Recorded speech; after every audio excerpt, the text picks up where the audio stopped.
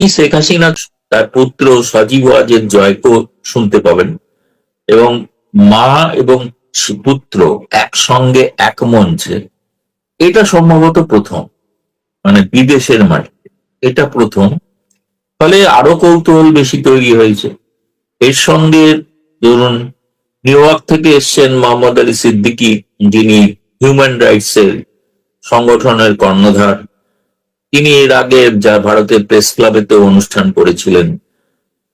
তার সঙ্গে থাকবেন আমি শুনেছি যে আমাদের সাবেক উচ্চ শিক্ষামন্ত্রী নওফেল ভাই, তিনিও থাকবেন, এবং ইউনুস ফাইল নামে যিনি সম্প্রতি একটি বই লিখেছেন সেই পলাশ, তিনিও যুক্ত হবেন, তিনিও থাকবেন। এর সঙ্গে থাকবেন অলরাউন্ডার ক্রিকেটার, বাংলাদেশ যে জন্ম দিয়েছে শ্রেষ্ঠ আন্তর্জাতিক ক্রিকেটার সাকিব, সাকিবেরও থাকার কথা। ফলে সব মিলিয়ে একটা অসাধারণ, মানে যাকে বলা হয় ইংরেজিতে বলতে গেলে বলতে হয় অসাধারণ একটা স্পেকট্যাকল, যেটা দেখার অপেক্ষায় এখন গোটা দুনিয়া। কারণ এইটা আলোড়ন তুলেছে সর্বত্র, এবং এমনকি বিদেশ থেকেও অনেকে আমাকে ফোন করে জানতে চাইছে সময়টা বলবেন। একটা সময়টা যে 6:30 এই কারণেই করা হয়েছে যে বহু বিদেশে, পশ্চিমা দেশে, ইউরোপে হয়তো আরো বেশি ভোর হবে, কিন্তু আমেরিকায় সবে ভোর হতে শুরু করবে। ফলে সেই জন্য পশ্চিমা দেশগুলিতে যারা রয়েছেন তারাও এটা দেখতে পারবেন। ফলে এখন দেখা যাক শেষ বাংলাদেশের বর্তমান সরকার শেষ আরো কোন রকম অস্ত্র তারা প্রয়োগ করেন কিনা এটাকে বানচাল করার জন্য। কিন্তু সেটা হলে আবার সেই গান গাইতে হবে, ওরা ভয় পেয়েছে পল রবসন। এই প্রোগ্রামটিতে আসলে শেখ হাসিনা আসবেন ভার্চুয়ালি, অডিও অডিও বক্তব্য নিয়ে আসবেন, তাই তো? হ্যাঁ, তিনি অডিওতে বলবেন। এটা অযথা, মানে কিছু বাংলাদেশের মানুষ না অযথা বিভ্রান্তি করেন, তার সঙ্গে কিছু আওয়ামী লীগের নেতারাও বিভ্রান্তি করে দেন। তারা ভার্চুয়ালি আসবেন। আরে তাকে, তিনি সোজা কথা হচ্ছে ফরেন করেসপন্ডেন্ট ক্লাবের সভাপতি, তিনি নিজে বলেছেন যে তিনি অডিওতে আসবেন এবং তাকে দেখা যাবে না। হ্যাঁ, একটাই ফারাক আছে, সেটা হচ্ছে তিনি সাংবাদিকদের প্রশ্ন উত্তর একটা অনুষ্ঠান আছে, সেইটা একটা নতুনত্ব।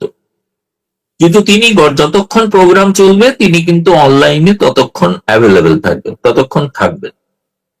এবং নিরাপত্তার কারণে তাকে, তিনি ভিডিও থেকে আসবেন না, কারণ যেখানে তিনি আছেন সেই স্থানটি ওই জঙ্গিদের সুবিধা করে দেওয়ার জন্য ওটা বলে দেওয়া যাবে না। ফলে বাকিরা যে যাই আক্ষেপ করুন, কিন্তু আপনাদের মহৎ উদ্দেশ্য সাধিত হবে না।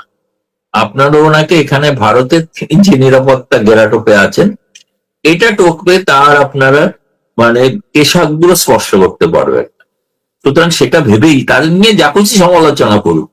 এমনকি আমি দেখেছি একটা সময় আওয়ামী লীগের অনেক ভক্ত তারাও সমালোচনা করতো, আর কেন আসছেন না। আসলে বুঝতে পারছি প্রত্যেকের অত্যন্ত আগ্রহ তাকে একবার চোখের দেখা দেখার। তো কয়েক মাস অপেক্ষা করুন, ডিসেম্বরে তো দেখতেই পাবেন।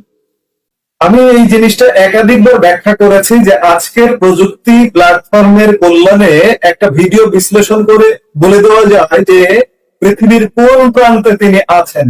এই সীমাবদ্ধতার কারণে, নিরাপত্তা জনিত কারণেই শেখ হাসিনা সরাসরি ভিডিওতে আসবেন না। দর্শকদের জন্য এটি বার্তা। আপনি কি কোনো আভাস পেয়েছেন যে শেখ হাসিনা কি ধরনের কথা বলবেন বা কি ঘোষণা করবেন বা কিছু এরকম কিছু কি আভাস পেয়েছেন? আবাস বলতে দেখুন, অনুষ্ঠানটার যে শিরোনামটা ইংরেজিতে লেখা হয়েছে হোম কামিং, অর্থাৎ শেখ হাসিনা স্বদেশ প্রত্যাবর্তন। সুতরাং এই স্বদেশ প্রত্যাবর্তনটা তিনি আরো একবার বলবেন। কবে তিনি যাচ্ছেন আমি জানি না, নির্দিষ্ট দিন বলবেন কিনা এখনো জানি না, কিন্তু আমার যেমন ব্যক্তিগত অনুমান 6ই ডিসেম্বর, যেটা ভারত বাংলাদেশ মৈত্রী দিবস, যেদিন প্রথম ভারত সরকার বাংলাদেশের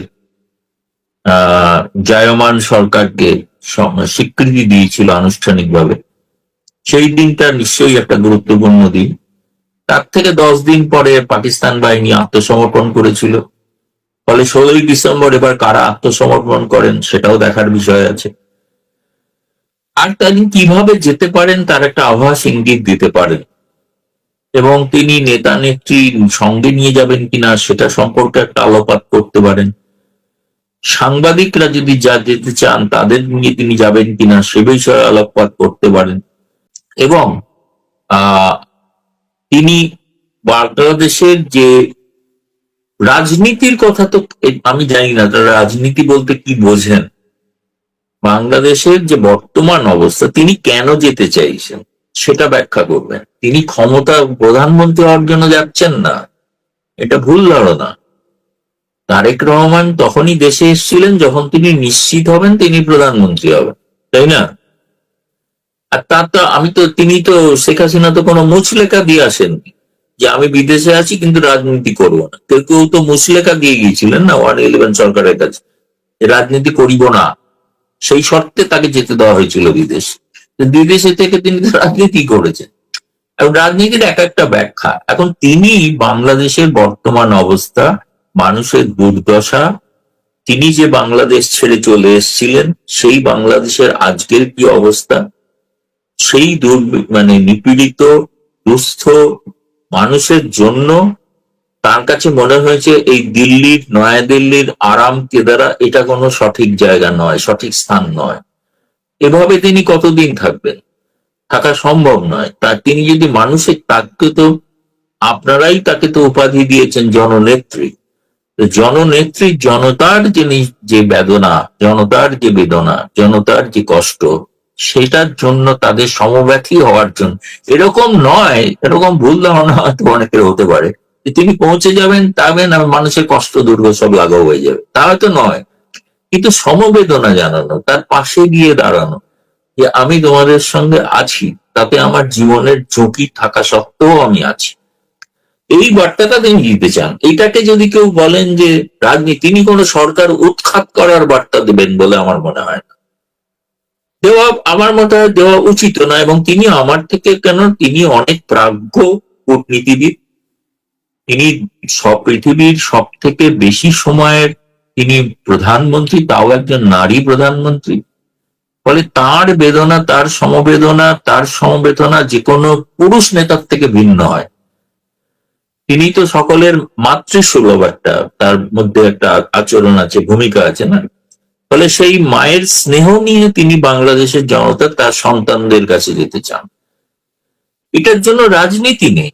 তিনি কখনোই বলবেন না, আমার মনে হয় না যে তারেক রহমান সরকারকে উৎখাত করুন করে আমাকে বসিয়ে দিন, এরকম নয়।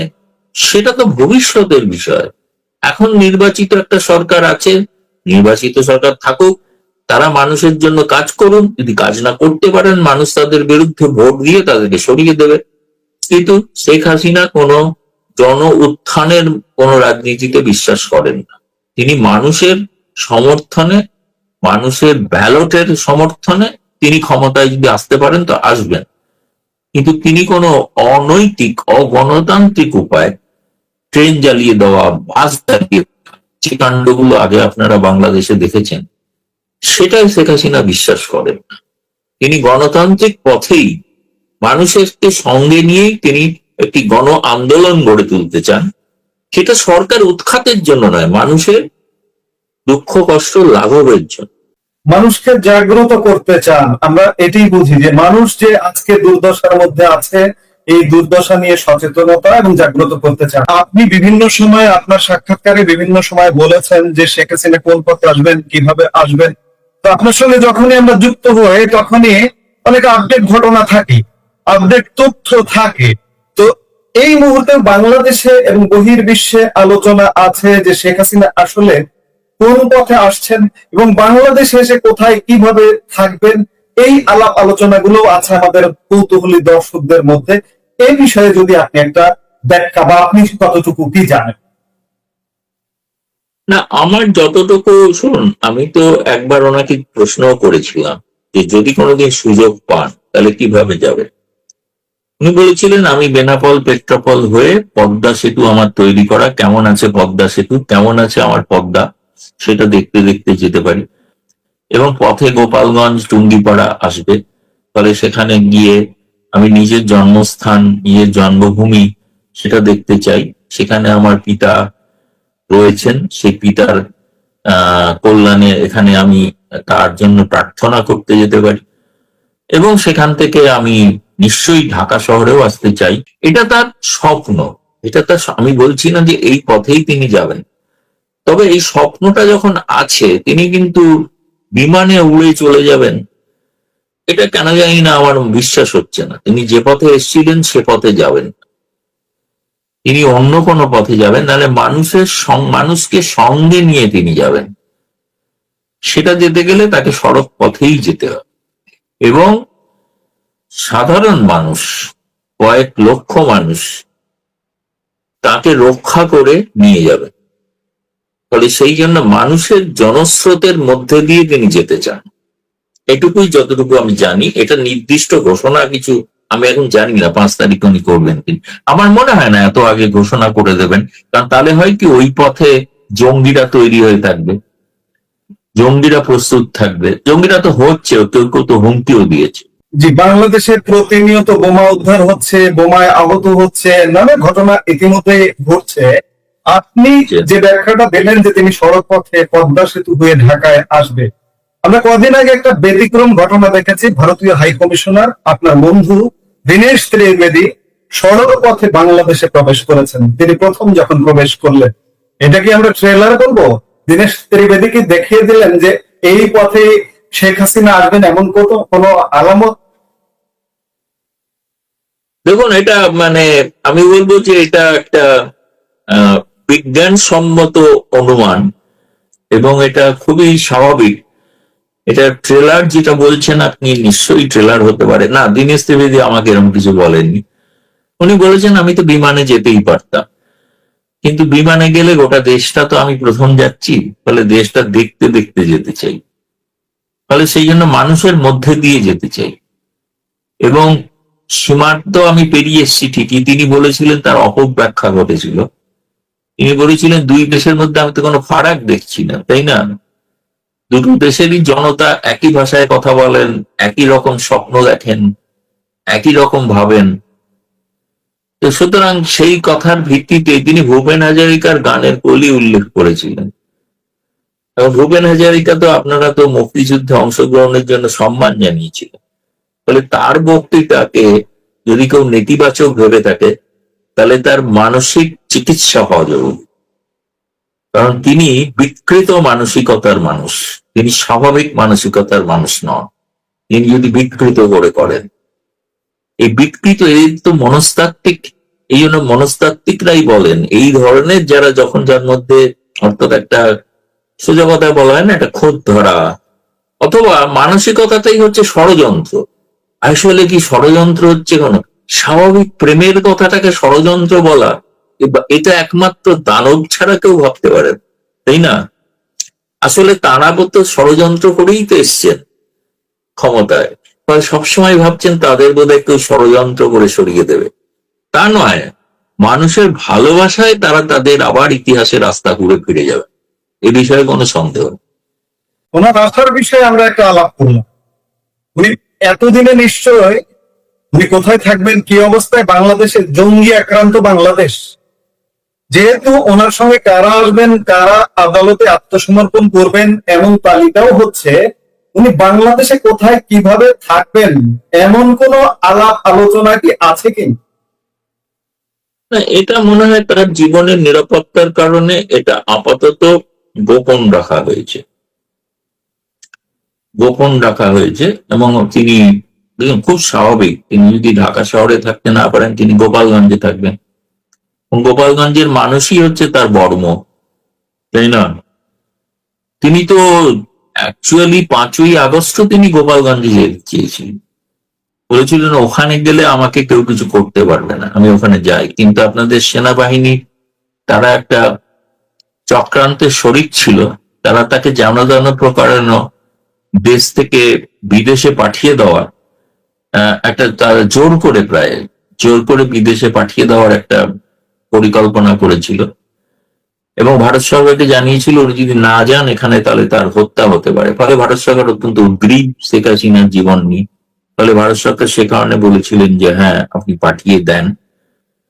এবং আপনি মনে আছে আপনাদের এখানকার একটা সংবাদপত্রে কয়েকদিন আগে বিএনপির এক শীর্ষ নেতা সাক্ষাৎকারে তিনি বলেছেন, সেনাপ্রধান এসে তাকে বললেন যে প্রধানমন্ত্রী পদত্যাগ করতে চান। সেটা যদি সত্য হয় তাহলে সেই পদত্যাগ পত্রটা করা হলো না কেন? সেই পদত্যাগ পত্রটা কোথায়? তাই না? পরবর্তীকালে রাষ্ট্রপতি শাহাবুদ্দিন বলেছেন আমি পদত্যাগ পত্র পাইনি। ফলে সেনাবাহিনীর প্রধান তিনিও একটা অসত্য কথা বলছিলেন, যেটা ছাপা হয়েছে, তিনি পদত্যাগ করতে চান। তা পদত্যাগ করতে চান তো তাহলে পদত্যাগ করতে দিলেন না কেন? তিনি তো পদত্যাগ করতে চেয়েছিলেন, তার ভাষণও একটা প্রস্তুত ছিল, তাই না? এবং তিনি টেলিভিশনের মাধ্যমে জাতির উদ্দেশ্যে একটা ভাষণও দিয়ে দিয়েছিল, সেটাও তো দিতে দেওয়া হয়নি। কারণ পেছন থেকে ষড়যন্ত্রকারীরা হাজার হাজার মব তারা জড়ো করে তার জীবন সংশয় করার চেষ্টা করছিল। এইটা তো হচ্ছে প্রকৃত অবস্থা। ফলে সে কারণেই আমি বলবো যে এখন তিনি ফিরে গেলে কোথায় থাকবেন সেটা সম্ভবত গোপনই থাকবে আপাতত।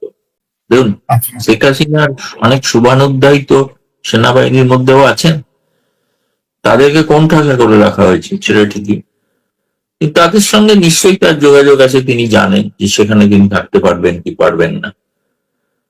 সেটা এখনো আমি নিশ্চিত নই। সেটা 5ই আগস্টের জন্য অপেক্ষা করি, তিনি কি বলেন, তার থেকে বাকিটা হয়তো তথ্য বিশ্লেষণ করে একটা জায়গায় যাওয়া যেতে পারে। আগামীকাল 5ই আগস্টের অপেক্ষায় আমরা অপেক্ষমান থেকে 4 আগস্ট। আগামীকাল 5 আগস্ট, ঠিক 2 বছর আগে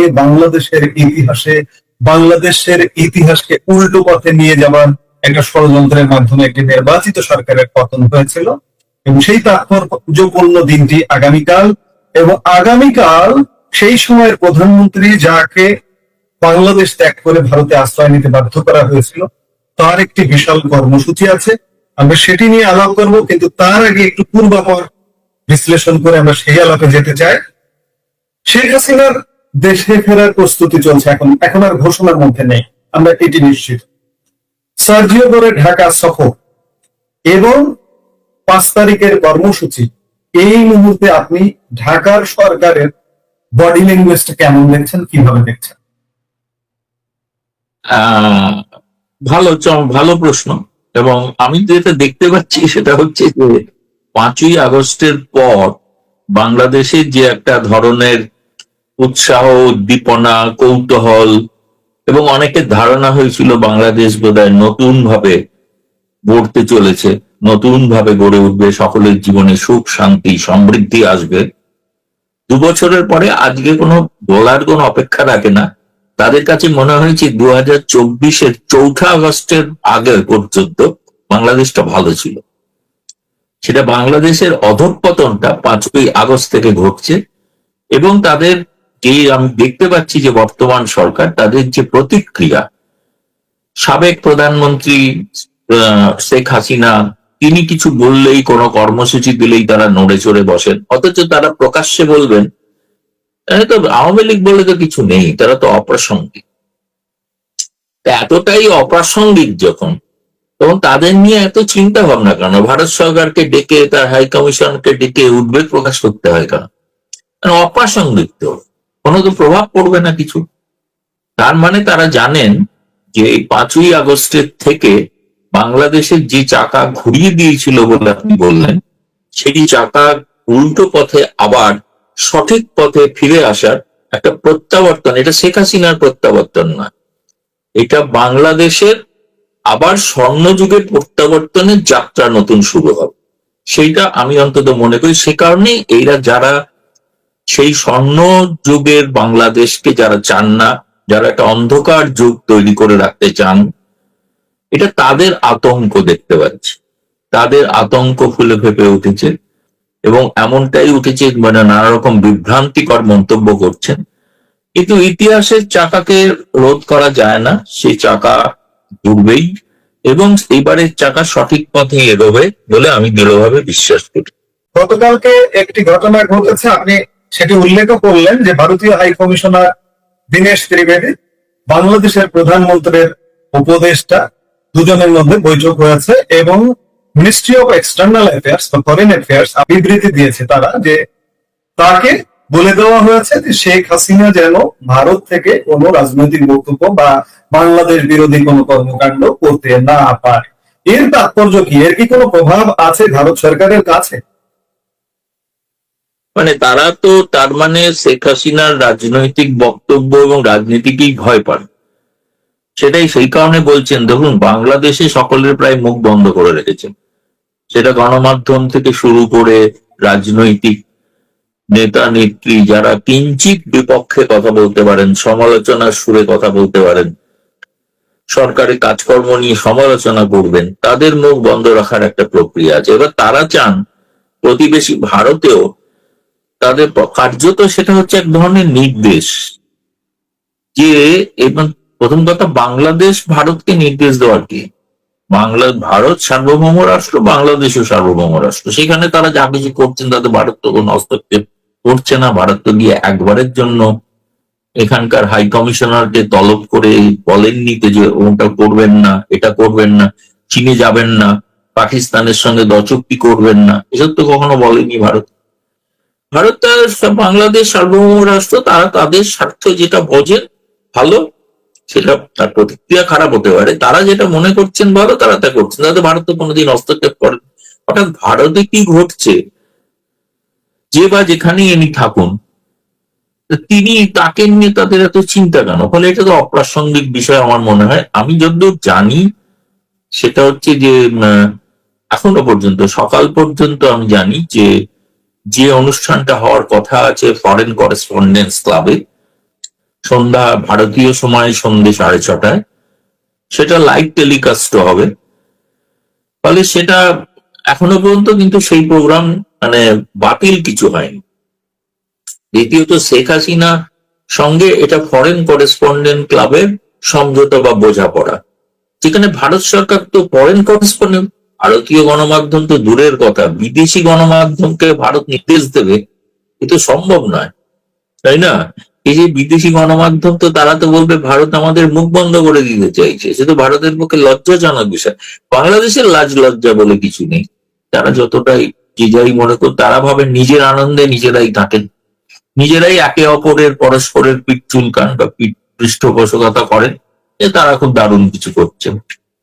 কিন্তু গোটা বিশ্বের কাছে যে মুখ উঠছে সেটা তারা বুঝতে পারেন না। এটা ভারতের পক্ষে তারা যেটা করতে পারেন ভারতের পক্ষে করা সম্ভব না। ভারত না তো শেখ হাসিনাকে বলতে পারে তিনি, প্রথম কথা, তিনি কোনো বন্দী নন। একজন কারাবন্দী মানুষের যে স্বাধীনতা থাকে না, শেখ হাসিনা তো বন্দী নন। তিনি এখানে তার প্রাণ সংশয়ের কারণে ভারত তাকে অতিথি হিসেবে আশ্রয় দিয়েছে, এবং তিনি শুধু অতিথি নয়, তিনি একজন সম্মানিত অতিথি। এবং সেই সম্মানিত অতিথি তার কি তিনি কি করবেন না করবেন এটা তাকে তো নির্দেশ দেওয়া যায় না, এটা ভারত সরকার বলে। হ্যাঁ, এখন এখানে বসে তিনি যদি আওয়ামী লীগের কোন একটা সাইনবোর্ড খুলে সেটা যদি কিছু করেন, সেটাতে নিশ্চয়ই ভারত সরকার সেটা চাইবে না। সেটা যারা আছেন কলকাতাতেও সেটাও তারা করেন না।